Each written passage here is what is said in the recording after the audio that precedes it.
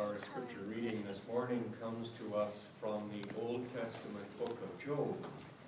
And Job, along with the books of Amos and Ruth, are called protest literature because they were written to make a specific point, a political or human point, at a particular time in Israel's history.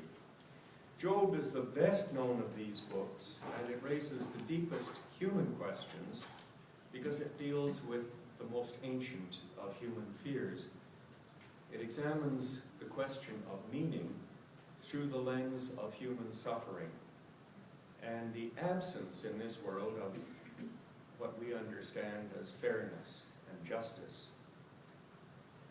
The reading comes at the end of the story, and I'm going to digress a little bit from what Jim gave me to read here this morning, because some of Job is absolutely interminable. It just goes on and on and on. But the story is this: Job had lost everything. His family, his wealth, his house, his orchards, everything had gone. And towards the end, he's even losing his faith in God. In a God whom he believes to be fair and just and honest, but who seems to have made his life intentionally miserable. At the very beginning, Job is very philosophical about all the things that go wrong. He says, "Oh, the Lord gives, the Lord takes away." By the end of it, after he's been told by countless friends that he must have done something really terrible for God to have visited all these injustices upon him, Job is really standing up there and waving his fist at God and saying, "How can you be God if you can do this to me?" So we start picking the story up at the end, the last 2 chapters of Job. And God responds in a monologue that is cosmological. It doesn't deal with Job as an individual. It deals with the whole mystery of life and nature.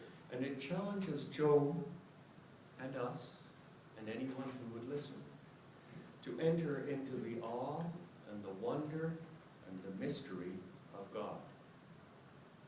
So reading Job 38, 1 to 18. And then God spoke to Job out of the whirlwind. "Who is this that darkens counsel by words without knowledge? Gird up your loins like a man, and I will question you, and you shall answer me. Where were you when I laid the foundations of the earth? Tell me, if you have understanding, who determined its measurements? Oh, surely you know that. Who stretched out the line upon it? On what were its bases sunk? Who laid its cornerstone when the morning stars sang together and all the heavenly beings shouted for joy? Who shut in the sea with doors when it burst from the womb? When I made clouds its garment, and thick darkness its swaddling band, and set bounds for it, set bars and doors, and said, thus far shall you come and no further, and here shall your waves be stopped. Have you commanded the morning since your days began? Have you caused dawn to know its place, so that it might take hold of the skirts of the earth, and the wicked be shaken out of it? It is changed like clay under a seal. It is dyed like a garment.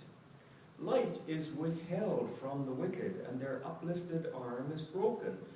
Have you entered into the springs of the sea, or walked in the recesses of the deep? Have the gates of death been revealed to you? Have you seen the gates of deep darkness?